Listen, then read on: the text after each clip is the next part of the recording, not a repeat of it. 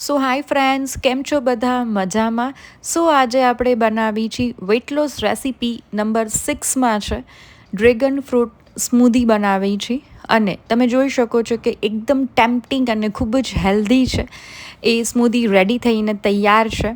તો તમે એનો લુક જુઓ ફ્રેન્ડ્સ, ખૂબ જ સરસ અને ટેસ્ટમાં પણ એટલી જ બેસ્ટ એવી આપણી ડ્રેગન ફ્રૂટની સ્મૂધી છે એ રેડી કઈ રીતે થાય છે તેના માટે છે.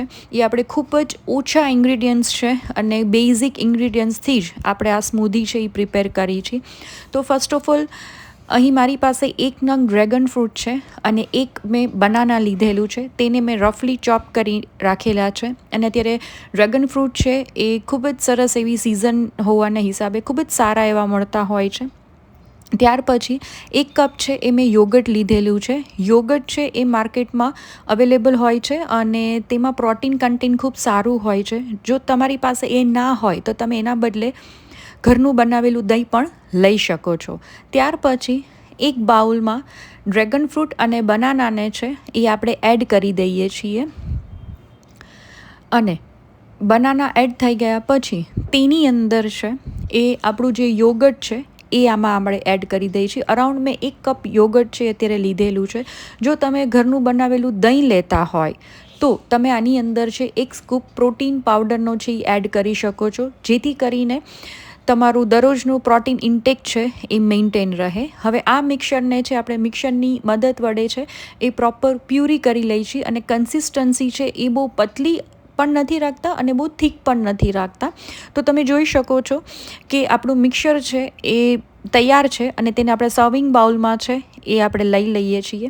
ત્યાર પછી તેની ઉપર છે અહીં મારી પાસે બનાનાના પીસીસ છે એ મેં સ્લાઇસમાં છે એ કરેલા છે. તો તેને આ રીતે છે એ ગાર્નિશ કરી દઈએ છીએ. તમે બનાના છે, એપલ છે, ઇવન ડ્રેગન ફ્રૂટ છે, તમે તમારી પસંદગીના કોઈ પણ ફ્રૂટ્સ છે એ આ રીતે લઈ શકો છો. મેં અત્યારે બનાના જ લીધેલું છે. અને ત્યાર પછી છે તમે આ બાઉલને છે તમે રાત્રે પણ પ્રિપરેશન કરી અને સવારે મોર્નિંગ બ્રેકફાસ્ટમાં પણ લઈ શકો છો અને ટેસ્ટમાં ખૂબ જ સરસ લાગતું હોય છે. ત્યાર પછી મારી પાસે આ ગ્રેનોલા છે, તો હું ગ્રેનોલાથી છે એને ગાર્નિશ કરું છું.